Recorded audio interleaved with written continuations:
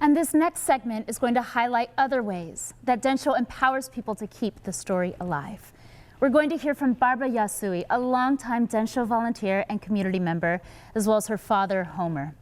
They're both keepers of history in their own ways, and we're going to hear about why that work is so important to them and how Densho has helped them do it.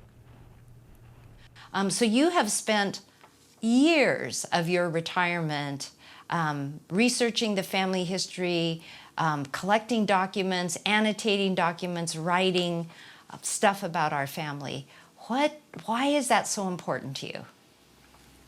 Well, it's important to me because I want my descendants, my posterity, to know the history of their people in the United States, which only begins in 1903. And I think we had a very fortuitous and unique opportunity to gather all that information because our documents were saved during the war. But more than that, because the history of the Japanese in the United States, and particularly the Hood River, is controversial in some cases and very poorly known in most cases. I wanted the world to know about at least one family that we found papers and documents that we can tell the story of at least one family in this little Hood River Valley.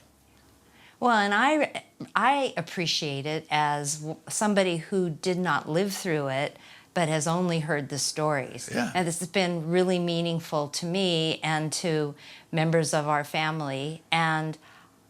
But for me, it goes beyond just the personal interest in it. I think it's also important that families like ours share our stories with the wider world. And so that's where Densho comes in, that it allows families to tell their stories and have them be preserved for other people to find out about them.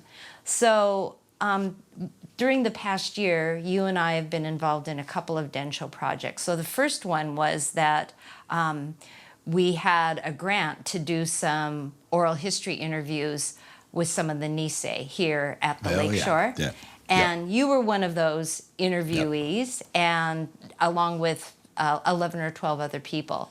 So why do you think that it was important to do that? Well, I think everybody has a unique story to tell. It's peculiar just to themselves, but collectively here at Lakeshore, there are a fair number of older Nisei here who lived through the experience of the World War II evacuation.